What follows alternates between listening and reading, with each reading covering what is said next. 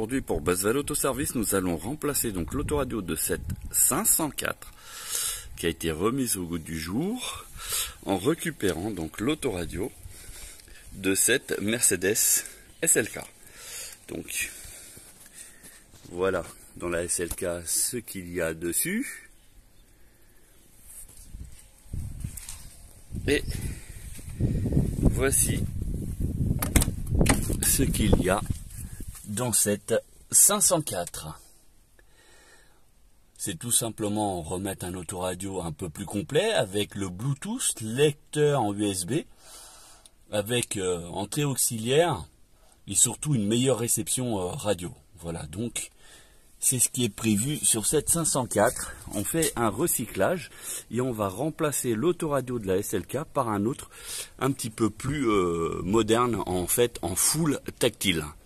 Voilà, donc cette 504 qui a été complètement refaite au goût du jour avec des feux arrière à LED, avec des morettes à l'avant et une suspension pneumatique ajustable. Voilà, et donc on va attaquer cette SLK compressor avec un remplacement d'autoradio. On va faire étape par étape comme on a l'habitude de faire. Donc je viens de déplacer la voiture à l'ombre pour que la vidéo puisse être de bonne qualité et surtout donc vous montrer que l'autoradio lui fonctionne bien, il n'y a pas de souci. C'est un autoradio qu'on avait déjà remplacé l'année dernière. Donc comme elle est dans une Mercedes, on a bien le logo Mercedes. Alors, je vais couper le chauffage. Alors, ah oui, parce qu'on est à moitié dans un box fermé et du coup il a un petit peu du mal.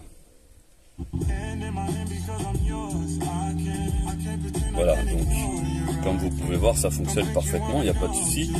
De USB, un auxiliaire, lecteur carte mémoire, bien sûr télécommande infrarouge ici.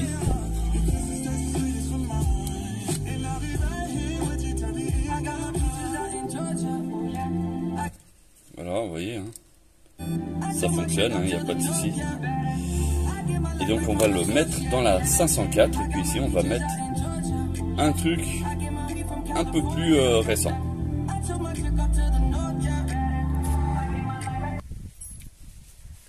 Donc voilà, on retire l'autoradio, donc proprement, sans tac, et là on a accès donc au câble, alimentation haut-parleur et plus l'antenne.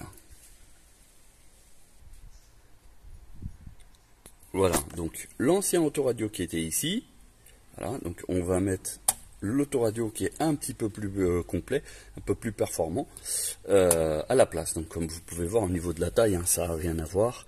On est du simple au double en temps de profondeur, malgré qu'il n'ait pas de lecteur CD ni DVD, mais il a une technologie qui est un petit peu plus pointue et améliorée par rapport à ce modèle-là.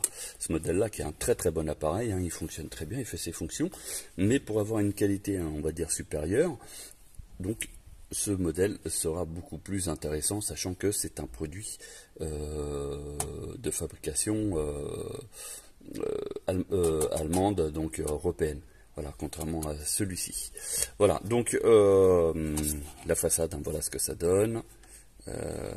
USB, auxiliaire, lecteur carte mémoire, donc le port infrarouge bien sûr, hein, et voilà, donc il fait aussi lecteur audio et vidéo tout fichier. Maintenant on va le mettre en place. Donc ici il est déjà prévu pour le branchement ISO comme vous pouvez voir ici, et qui est donc pareil ici. Donc il n'y a pas besoin de mettre quoi que ce soit ou de rajouter, parce que c'est directement plug and play. Je vais vous le mettre en place.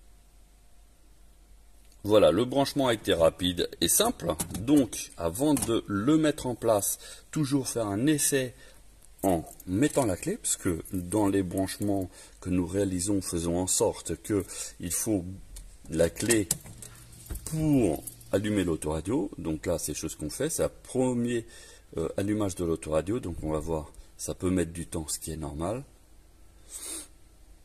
Parce que c'est la première fois qu'il est alimenté en électricité. Ah, chose que ici, peut-être, le touche Power.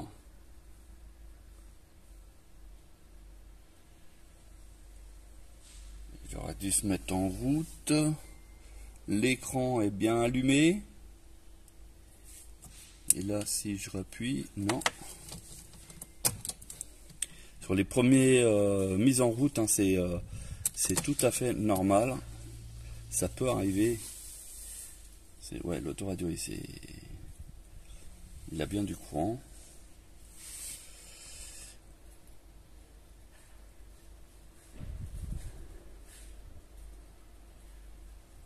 Et c'est pour ça qu'il est très intéressant de jamais plaquer l'autoradio, même si vous avez bien fait les branchements, parce que comme vous pouvez voir là, ça paraît un peu long. Donc je vais le ressortir, je vais voir s'il n'y a pas un fil tout simplement qui serait éventuellement sorti de son emplacement, et puis afin de le remettre correctement. Voilà, mais je vois que l'écran il est rétro-éclairé. Les boutons ici ne font rien, donc ici pour maison, enfin le bureau, mode. Là c'est normalement c'est pour décrocher et raccrocher.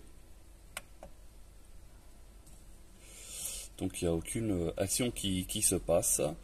Ce n'est pas grave. On va donc revérifier. Donc après une vérification, donc il s'avère qu'il y avait un fil à inverser. Donc chose que nous avons fait. Et maintenant on va remettre le contact.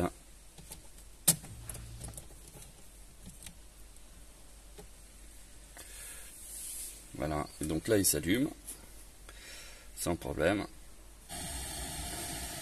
Donc bien sûr c'est la première.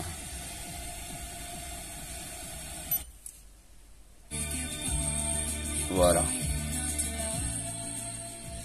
Donc comme vous pouvez voir ça fonctionne. Donc mode. Donc ça c'est du streaming. Malheureusement je pense qu'il n'y a rien. Ah oui, c'est pour la musique depuis un appareil Bluetooth. Voilà, donc pas branché hein, tout simplement. Donc ça c'est pour le téléphone. Donc les appels téléphoniques. Donc ça c'est l'auxiliaire.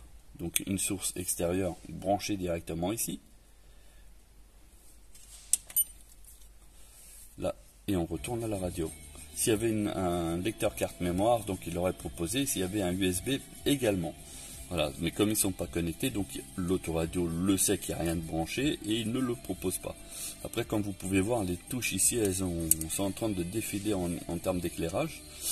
Donc bleu, vert, jaune, orange, blanc. Vous pouvez donc mettre avec l'ensemble du reste du tableau de bord quand vous allumez les lumières, que ça allume de la même couleur que les touches. Là vous avez des touches mécaniques qui sont beaucoup plus intéressantes que ici on avait intégralement en fait un autoradio tactile. Donc ici la fonction tactile mais aussi au niveau de l'écran, et le problème c'est qu'il n'y avait que le volume et pour éteindre qui était en mécanique. Le souci c'est que voilà, là c'est pour une voiture, pour une personne un petit peu on va dire plus âgée et qui a du mal avec le tactile et qui préfère avoir des touches mécaniques pour avoir accès directement à certaines fonctions rapides. Voilà, donc ici maison, je sais pas à quoi ça correspond. Bon bah voilà l'affichage, comment il se présente ici. Donc la date et l'heure, donc comme je viens de le mettre en route, c'est normal, sinon USB, carte mémoire, donc setting, il va être donc effectivement en anglais. On pourra avoir pas mal de réglages, hein, même les commandes au volant d'ailleurs.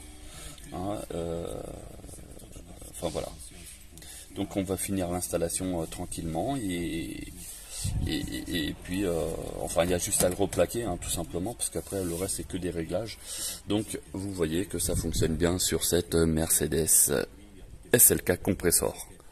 Voilà, donc si vous aussi vous êtes intéressé par ce genre de produit, donc sachez que avec l'installation nous sommes inférieurs à 200 € pour un produit qui est assez complet avec le Bluetooth de téléphone intégré, donc ce qui vous évite éventuellement la perte de points du permis de conduire, et puis surtout qu'il y a une très très bonne réception FM et bonne qualité même au niveau de la musique par Bluetooth depuis votre téléphone portable. Voilà, bon bah sur ce, n'hésitez pas à vous abonner à notre page Facebook et aussi notre chaîne YouTube pour recevoir les nouvelles vidéos et informations. Sur ce, on vous souhaite de bonnes vacances si vous y êtes et bon courage pour les autres. À bientôt.